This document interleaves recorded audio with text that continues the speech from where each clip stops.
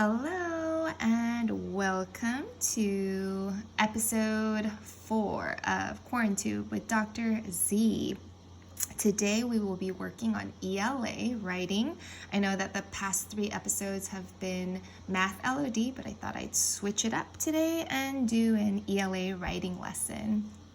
So I've been missing you all for the past month or so, but I really felt like today, gosh, I really miss hearing their stories every day, right? So you guys come in, tell me all these stories.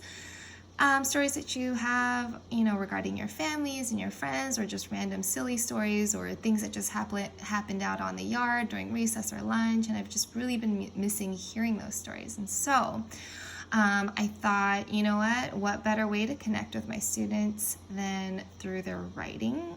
This way I can hear some of the stories that you haven't been able to tell me in the last month through the next series of lessons. Okay, so that's why this writing topic is going to be on a personal narrative. So what is a personal narrative? I'm sure you've heard of it before. I'm sure you've done it before many times over, but I just wanted to kind of go over it before we got started with our lesson. Okay, so today's writing is on a personal narrative. What is a personal narrative? It is a small moment story about something you have personally experienced. So notice how I drew a little red cloud around personal, and then here a red cloud around personally, and then a purple box around narrative and a purple box around story, right? So the topic is personal narrative, and the two most important parts of this definition is that it is a personal story, right? So I want you to remember that. I know that writing fiction is super fun, a made-up story like fantasy or a made-up mystery. Those are all amazing, and we will get to that as time passes, but I just really miss your guys' personal stories. So today we're going to be starting a small unit on writing a story that is personally connected to you, because it's going to be about something that you've experienced. Okay, so our actual lesson is going to be on topic generators. So topic, we all know what that means, something that you want to write about. Generator, a generator is something that makes something. A generator is like a machine that works to create energy or works to create a product. So today we're talking about a topic, or we're talking about multiple topic generators, things that will help you come up with or create a topic to write for your personal narrative. Okay, so when we are talking about these topic generators, there's multiple ways to kind of activate your memory, ways to get you to think about different times in your life. Today, we're going to be looking at 4 different ways to jog your memory so that we can generate topics to write about your personal narrative. So I'd like for you to say this sentence stem before you write each bullet point.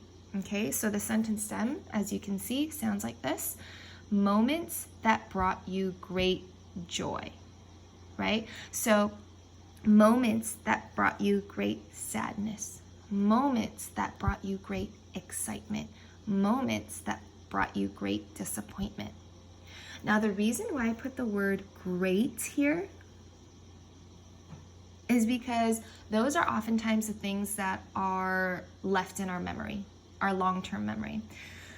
Now, just because something is not considered great to one person doesn't mean it's not considered great to you. For example, let's pretend, and this is just an example. I'm gonna give you personal experiences for each of these so you can see it as a model for when you do it yourself. But just to make the point that not just because something isn't great to you, it doesn't mean that it's not great to somebody else. So let's just say one of the things that brought me great joy was going supermarket shopping with my mom. Now, going to the grocery store, well, actually nowadays it seems like a pretty big deal, right? You got to wear the mask. You got to, just kind of have a list of everything that you want. It wasn't always like that, right? You can just go and just kind of take your time, chat with people, pick whatever you want, take as long as you want, but it's not like that anymore. But in general, before this coronavirus happened, going to the market is not really a big deal. But let's say for me, going to the market as a child with my mom was a big deal because my mom worked a lot and she didn't always have time to take me along to places. Maybe I only saw her like right before I went to bed, but maybe once a month she made sure to come home early so that she and I can have mother-daughter time, and she would take me to the market and let me choose whatever snacks I wanted, right? So that small moment story might be really important to me, going to the market with my mom. Whereas for other students or for other people, going to the market, okay, it's fun, but it's not really a big deal, right? So I don't want you to think, well, mine doesn't sound very important, I don't think it belongs there. I think any moment that you can really remember and has had a lasting effect on your life is an important moment, okay? So I wanted to get that out of the way, okay? So for each one of these topic generators, I was gonna give you a personal example to show you how you might be able to fill in these bullet points. Notice how each one of these topic generators, each one of these feelings has 3 bullet points. That does not mean you are limited to only 3. I wanted you to try to at least fill 3, but let's say you had 2 really great moments that you could write pages and pages about. You don't need to worry about filling in the 3rd bullet point just because it's there. Okay? But to that end, I don't want you to only think, okay, well, I'm just going to do the 3 bullet points and make that the bare minimum. We also don't want that either. I didn't expect that in class, and I don't expect that for distance learning either. I expect you to do as much as you can with the best quality that you can, okay? So for joy, moments that brought you great joy. One moment that brought me great joy was when I had my daughter, Zoe. As you know, I have 2 amazing and wild little daughters named Zoe and Rue. But Zoe, she's my first daughter, right? So when I had Zoe, everything was new, and everything was just kind of like, it was kind of like the Wild West. I didn't know what to expect, and everything was difficult, but it was so new and it brought me so much joy. Don't get me wrong, Rue brought me so much joy as well, right? But I put Zoe there because Zoe was the first time I ever experienced having a child, and so I put that experience for joy. Okay? All right. So moments that brought you great sadness. So a moment that brought me great sadness is when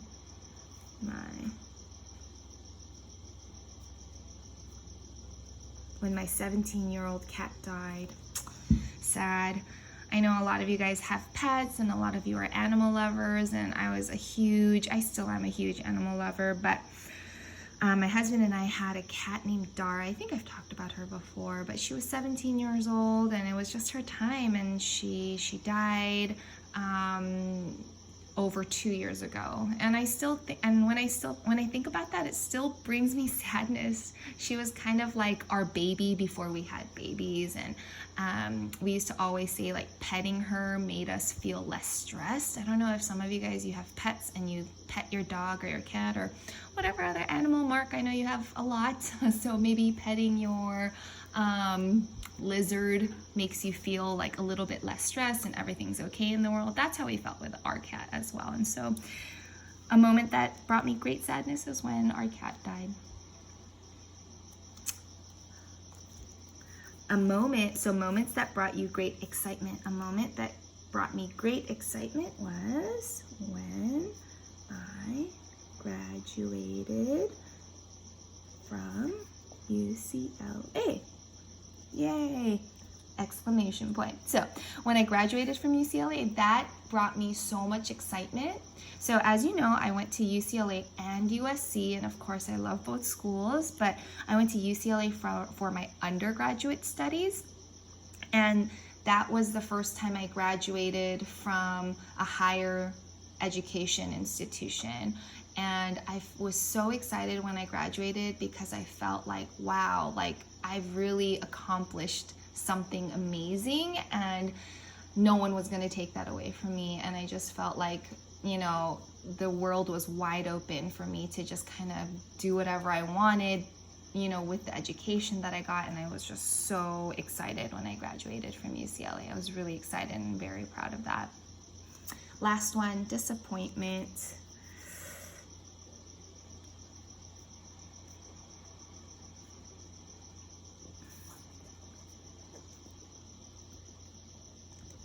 And of course, this is on all of our minds. I was really disappointed. And, you know, the week before we left for COVID, before the COVID-19 school shutdown, I was out for a few days. I don't know if you guys remember that far, but my daughter Rue, she had gotten really sick, and because of the coronavirus, I was really nervous. And so, you know, my husband and I had to stay at home taking care of the little one, and we didn't want her to go back to her daycare just in case she, like, you know, got other kids sick or whatever. She ended up being okay, obviously, but I was really disappointed because I wasn't able to say goodbye to you guys because I didn't know school was going to be shut down after that Friday I had left. I wasn't there, and so I was really disappointed, and I kind of felt, you know, I was kind of robbed of some goodbyes. And even though we're still connected through Schoology and Dojo and even Zoom, you know, I just feel like it's just not the same, not seeing you guys in person. And so that was a moment that brought me great disappointment. So notice how for each one of these topics or each one of these moments in my life, I can explain to you every detail about the moment or that story, okay?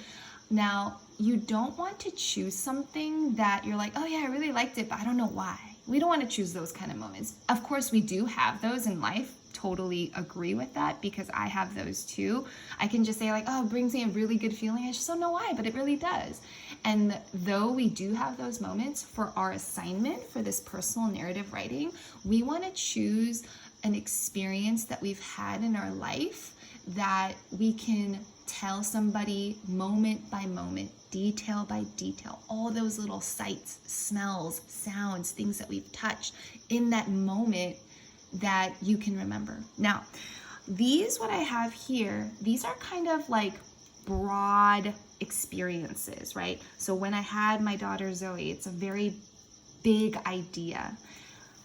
In my definition of a personal narrative, it says small moment, okay? So from these topics that we generate, right, in the next couple lessons, we are going to then extract, that means take out, a small moment from these big life experiences, okay? So again, don't think that your entire story is going to be about, for example, if I could use first person, I'm not going to expect to write a personal narrative that's all about my experience with Zoe, because that'll be like 200 pages, right? That's like more of a novel rather than a story.